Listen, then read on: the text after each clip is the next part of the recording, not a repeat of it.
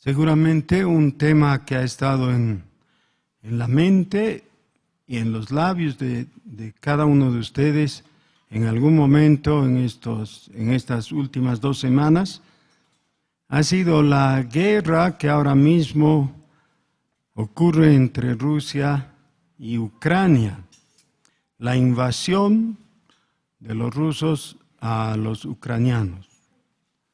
Y para algunos, posiblemente, eso despierta una incógnita, ¿no? ¿Por qué? Porque hay guerra en ese lugar entre dos pueblos que hasta no hace tanto tiempo eran parte de una federación, eran parte de la Federación de Repúblicas Soviéticas, ¿no? De la URSS.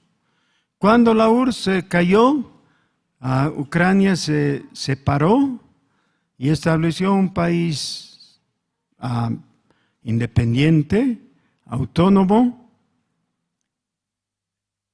con una complicación. Y la complicación es que parte de su población es rusa. Y eso ya les ha traído inconvenientes. Hace años ha ocurrido que una parte de Ucrania se ha separado.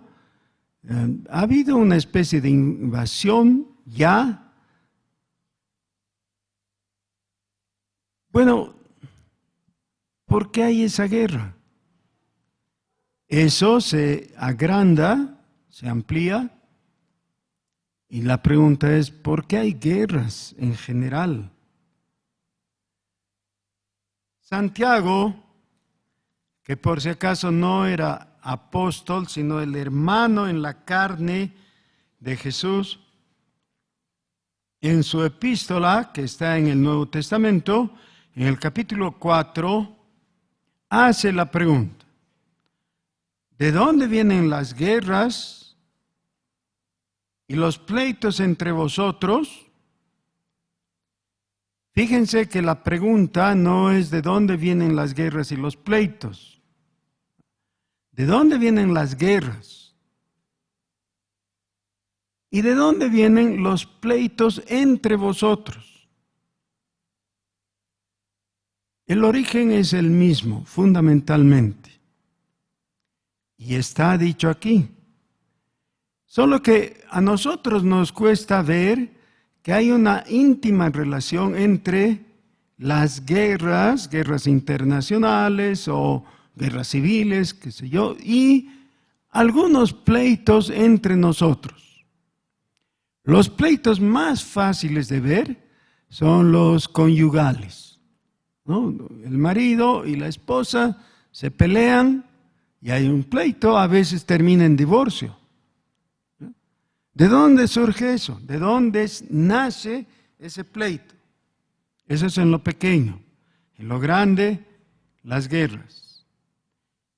Y a manera de respuesta hace otra pregunta. Dice, ¿no es de vuestras pasiones, las cuales combaten en vuestros miembros?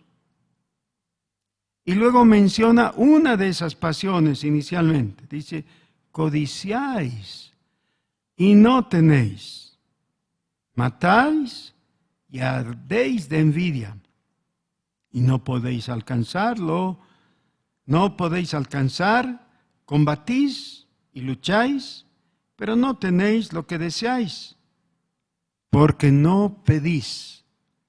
Y aquí viene un asunto básico que es prácticamente obvio y que sin embargo la gente no sabe y no pone en práctica.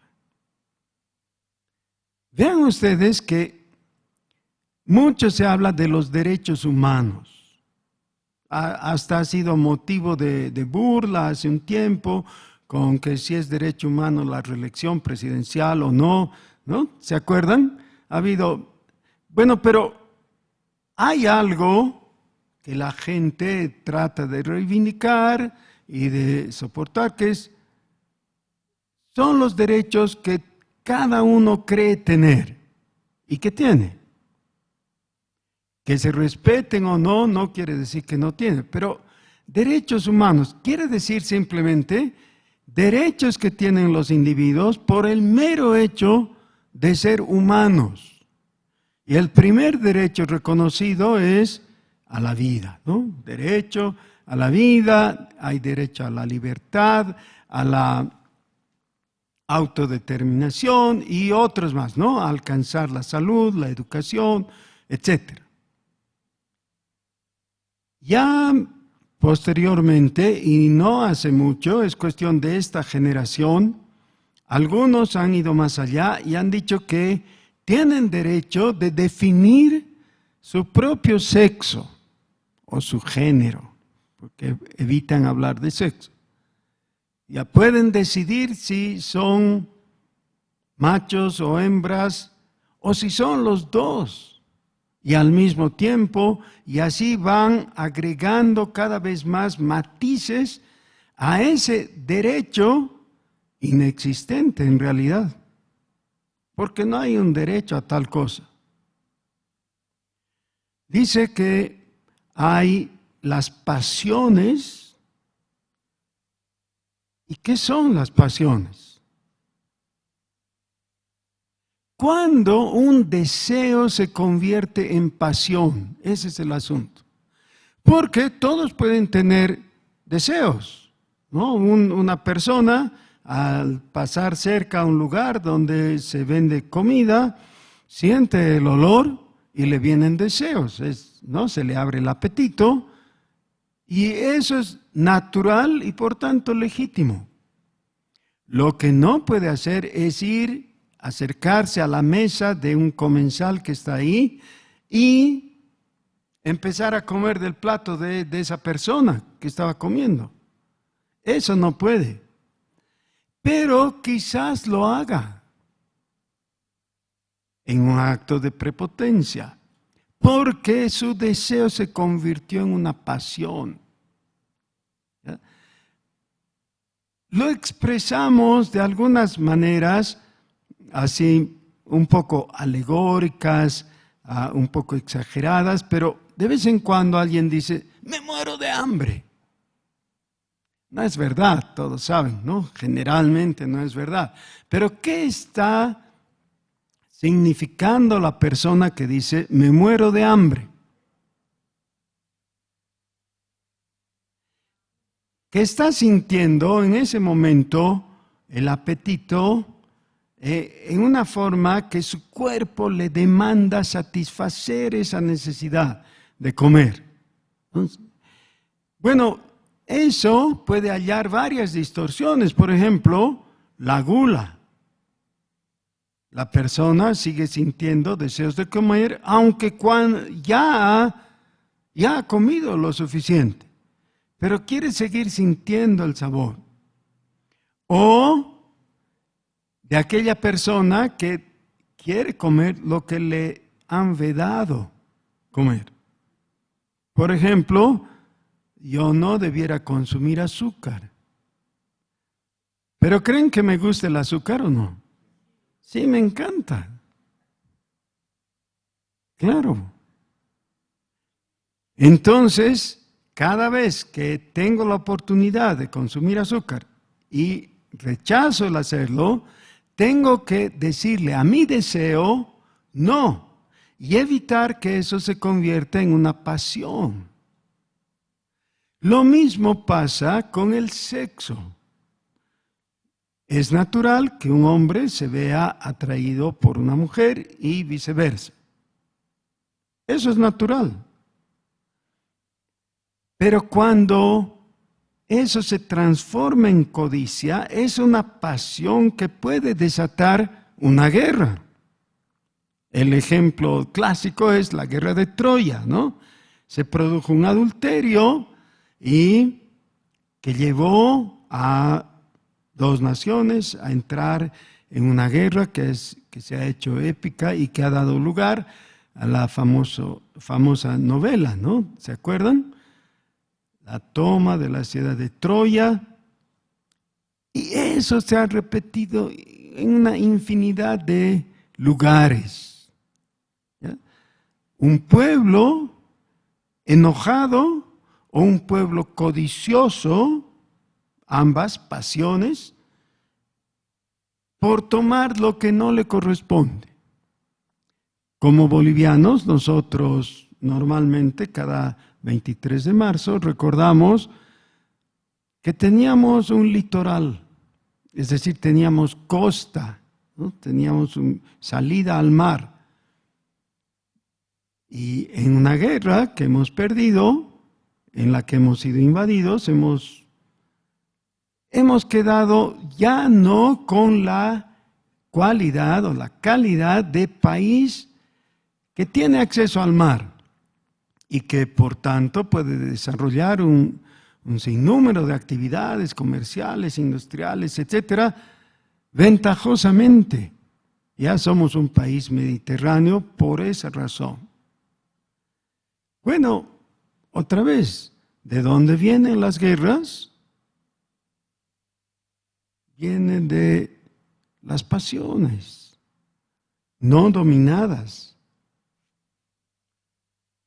¿Cómo sucede esto? La primera guerra de la cual nos habla la Escritura es una guerra corta y fulminante. Es un cuarto de toda la humanidad que había en ese entonces, cuando Caín asesinó a su hermano Abel. Este mundo es demasiado pequeño para los dos, pensó Caín. Abel tiene que morir, tiene que desaparecer. Nos preguntamos, pero en un mundo tan grande, ¿por qué Caín vio necesario que Abel desaparezca? Bueno, eso es lo que pasa, ¿no? Un hombre está enamorado de una mujer, pero la mujer prefiere a otro, entonces él va y mata al otro. Y todos los demás dicen, pero qué raro, porque si hay tantas mujeres, podía escoger otra. No, porque lo que ocurrió es que su corazón fue presa de esa pasión, de la codicia, de los celos, etcétera. Todo lo que desencadenan esas pasiones humanas. Pero lo que decía es que aquí está expresado un principio del reino de Dios sencillísimo al cual no hacemos caso. Fíjense lo que dice. Codiciáis y no tenéis, y luego matáis, etcétera. Dice, porque no pedís. Es decir, ustedes no tienen porque no piden.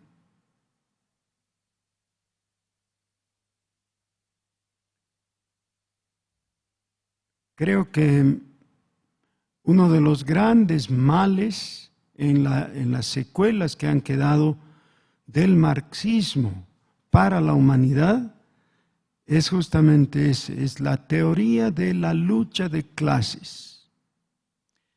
En el marxismo se enseña que el proletariado tiene que luchar contra los que tienen el dominio, el poder, son dueños de la riqueza y tienen que eliminarlos finalmente para establecer la dictadura del proletariado.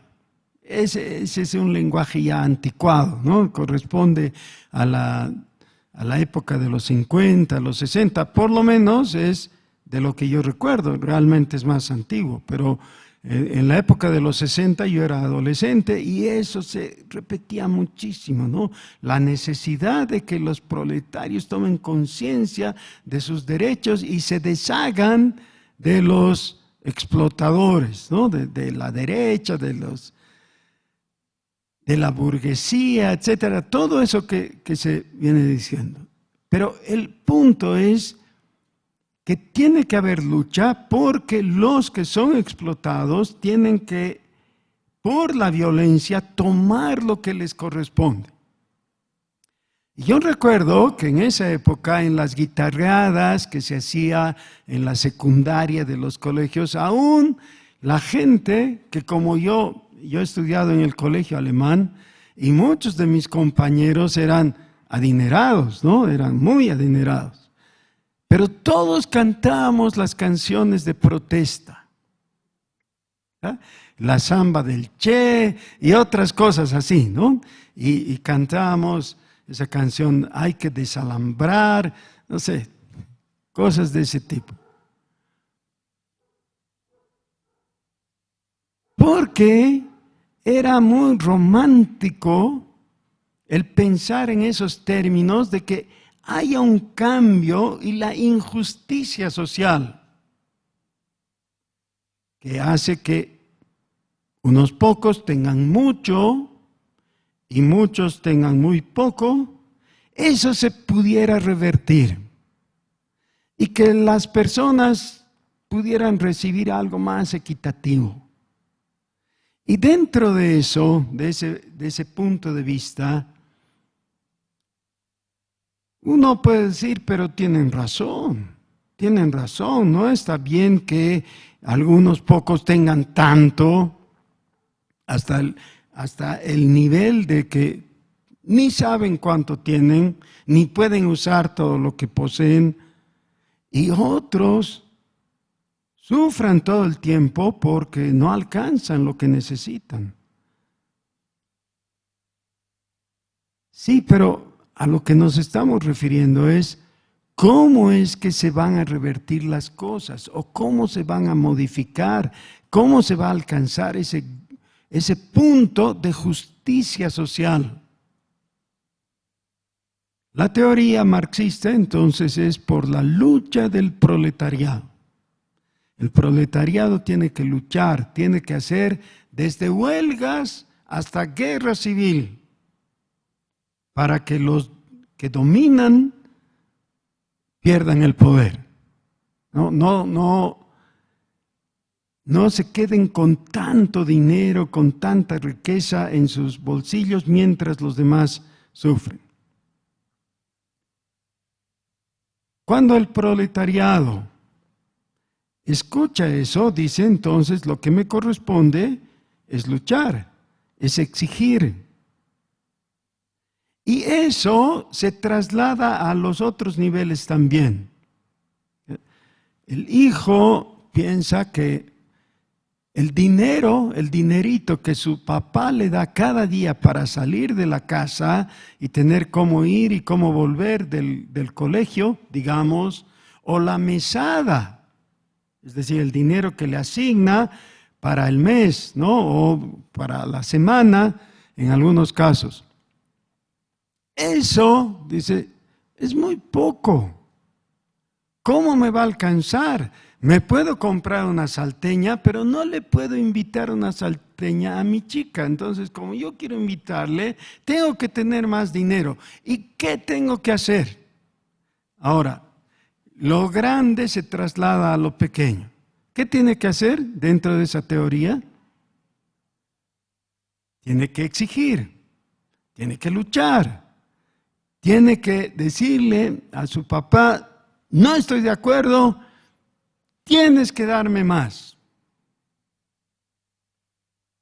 En algunas familias, cuando hay uno de los dos, generalmente el hombre que trabaja, es el proveedor, él recibe el dinero, entonces le asigna un dinero a la esposa y la esposa dice, pero eso no alcanza. Entonces, ¿qué hay que hacer? Hay que pelear, hay que conseguir. Tiene que haber lucha conyugal, no de clases, ¿no? Pero conyugal, así, para conseguir la justicia en el punto de vista de ellos. Solamente porque no se oyó a Jesús. ¿Y qué dice Jesús? ¿Recuerdan? En la parte pertinente en Mateo capítulo 6, en el centro del Sermón del Monte, dice algo muy sencillo. que tal vez lo hemos conocido, pero que no nos dábamos cuenta de la pertinencia. Dice Jesús, pedid y se os dará. Pedid y se os dará. Sí, pero ¿qué nos va a dar, pues? ¿Qué el patrón para el que trabajo, acaso de buenas a primeras me va a dar? Le haré huelga. Si le hago huelga, o por lo menos le amenazo con huelga, ahí puede ser que me dé. Porque nos hemos condicionado a la aplicación de la teoría marxista, aunque ni hayamos oído de Marx. Pero la tendencia ha quedado ahí. Y Santiago nos dice, eso es lo que pasa, estamos procediendo mal, estamos yendo desde el punto de vista mundano. Queremos conseguir las cosas por nosotros mismos. La canción protesta decía, al pueblo lo que es del pueblo, porque el pueblo se lo ganó. ¿No? Claro, con melodía y con armonía y parece bien, ¿no? El pueblo se lo ganó, entonces el pueblo merece que se le dé lo que cree que él merece.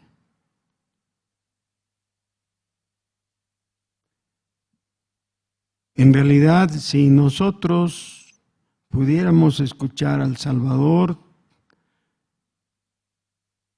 los que disponen del dinero entenderían que es mejor administrar bien y darle al otro lo mejor, lo más posible. El mejor ejemplo histórico que yo he visto es el que siguió Henry Ford. Henry Ford ha sido uno de los hombres más ricos, tal vez el más rico en su época. Es uno de los precursores y de los impulsores de la industria del automóvil. Hasta los días de Henry Ford habían automóviles, pero eran solamente para los muy ricos. El costo de un automóvil era totalmente imposible de alcanzar para la gente común. Ya eran los nobles, los adinerados, los millonarios que podían tener un auto. Y los fabricantes fabricaban hermosos autos, pero inaccesibles. Y Henry Ford pensó en que le gustaría mucho que cada uno de sus obreros, los que trabajaban en sus fábricas para él, cada uno de ellos tuviera un automóvil. Alguien podría pensar, qué noble, qué buena gente. No era exactamente por noble ni por muy buena gente, era por inteligente.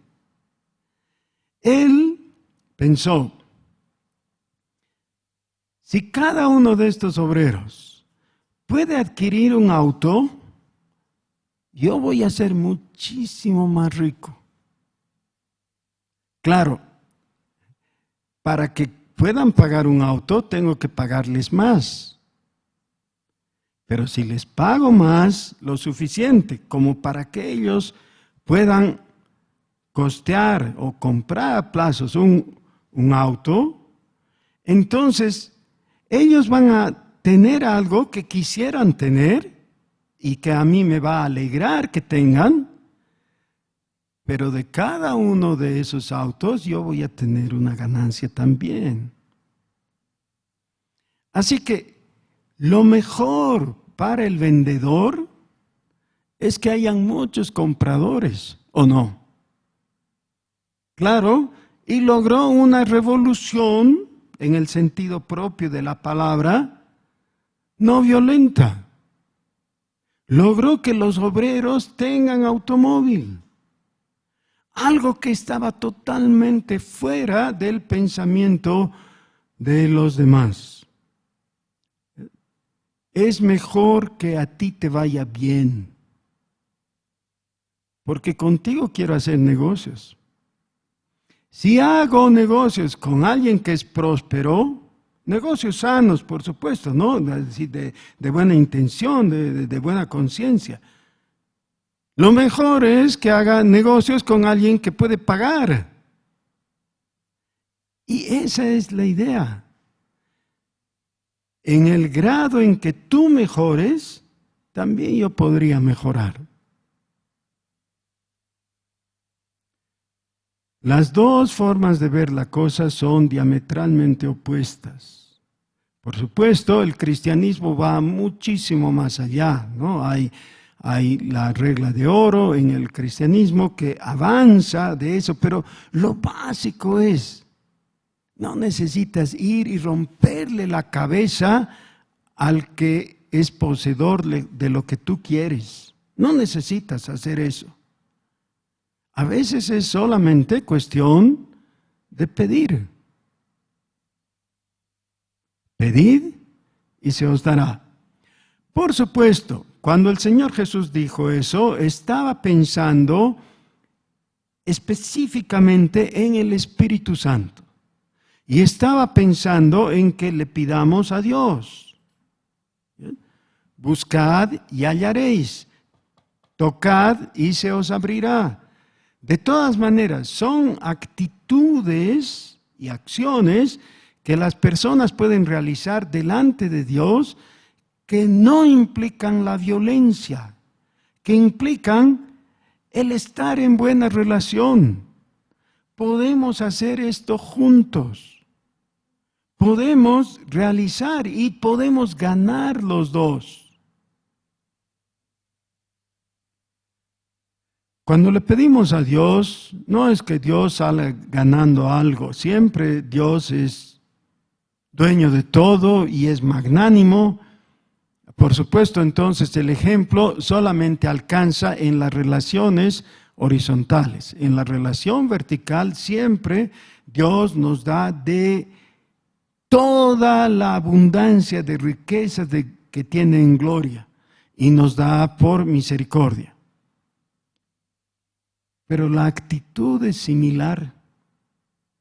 La actitud de ir y pedir delante de Dios debiera causar la misma humildad de tratar entre nosotros, de ser accesibles. Justamente, a continuación sigue el Sermón del Monte. Bueno, ¿cómo es que entonces los pueblos con gente tan inteligente no se dan cuenta que esa sería la mejor forma de llevarse? ¿Por qué?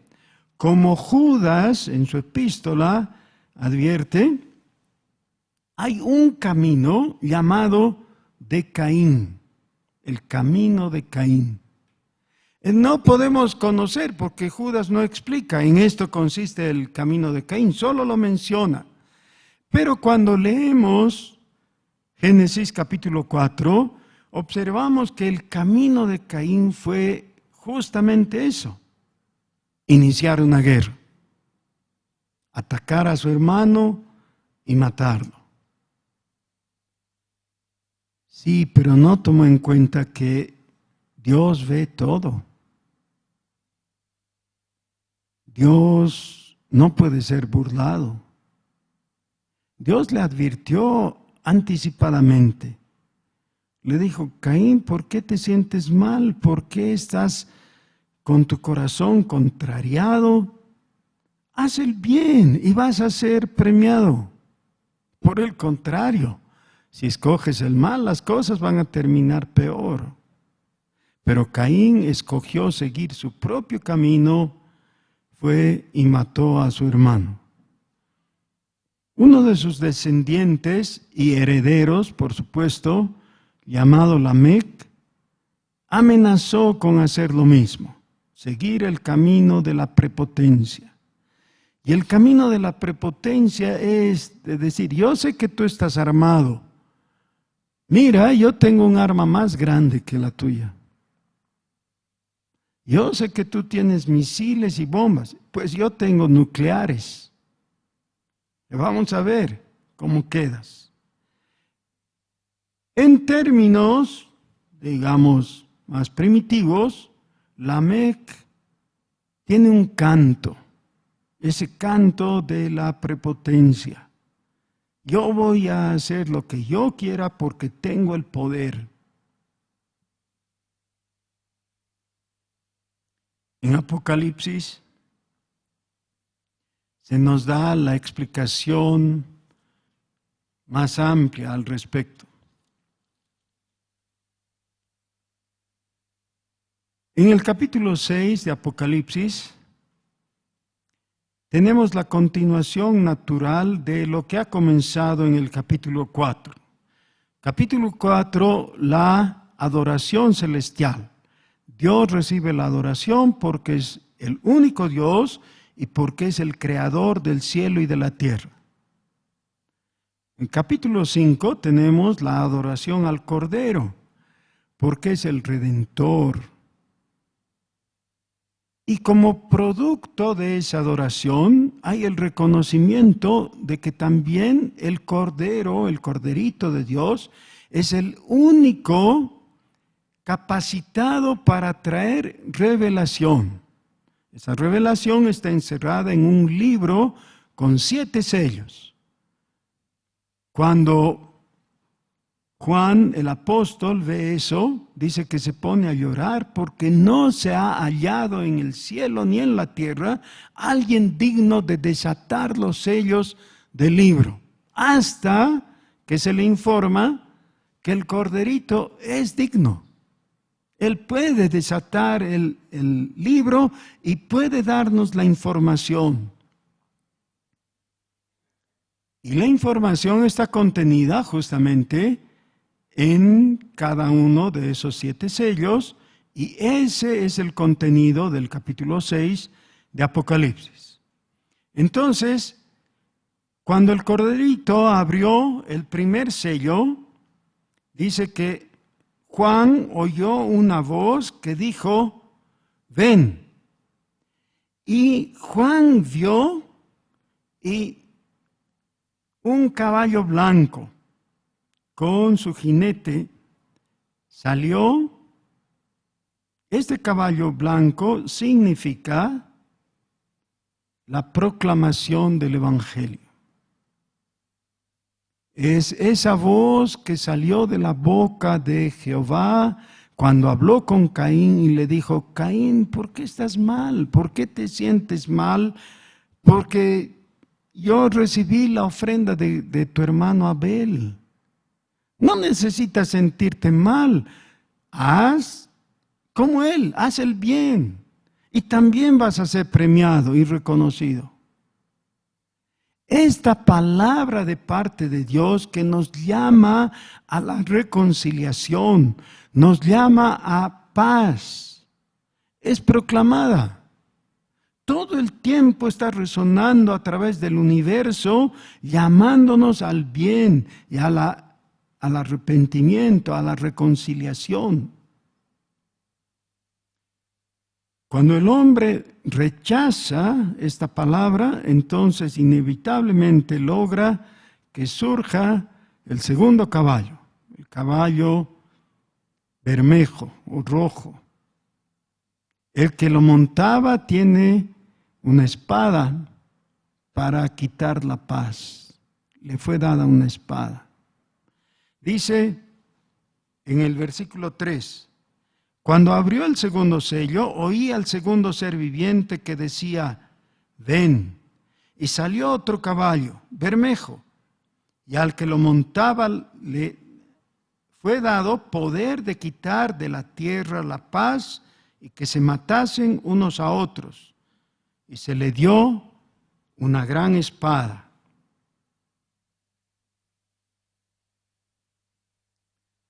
Hay guerra porque el hombre no obedece a Dios de seguir su iniciativa de reconciliación y de amistad. Esa es guerra entre marido y mujer, entre villa y villa, o entre ciudades, entre países, o guerra en el mundo. Es el mismo principio, desobediencia a Dios. Y eso trae como consecuencia la distorsión económica, que básicamente surge porque costear la guerra es algo muy caro, muy caro. Las armas son fantásticamente caras. Y siempre hay alguien interesado en vender armas porque es un negocio enorme. Hay países ahora que les venden armas que están de plácemes. ¡Qué bien! Cada guerra es una oportunidad. Sí, pero ¿saben qué? Los recursos son limitados. Así tenemos situaciones inconcebibles, pero hay países en el África que tienen población o parte de su población que literalmente se está muriendo de hambre. No estoy exagerando, no estoy hablando alegóricamente, literalmente se muere de hambre mientras ellos compran tanques, misiles, aviones por miles de millones de dólares. Porque prefieren armarse para la guerra, para mantener sus posiciones privilegiadas, antes que darle al pueblo lo que necesita, comprar pan. La distorsión económica está descrita y explicada con el tercer jinete. El cuarto jinete es la muerte, tal como literalmente dice. ¿Por qué hay guerra entre Rusia y Ucrania? Porque ha habido alguien incapaz de escuchar a Dios. Y yo sé que entre los presentes pueden haber algunas personas que tienen simpatías por los rusos. Y está bien tener simpatía por los rusos, pero no podemos aprobar un acto de agresión como el que se ha producido. Y todos nosotros debiéramos estar llorando, porque otra vez se ha probado que el hombre en absoluto está mejor que en la época de Caín. Nosotros mismos podríamos comenzar una era de paz. Eso solo se logra cuando el príncipe de paz, el Señor Jesús, llega a nuestros corazones y a nuestras naciones. Cuando la ideología de nuestros pueblos deja de ser cosas como el marxismo, por ejemplo, y escuche el Evangelio de Jesucristo. Les invito a ponerse de pie.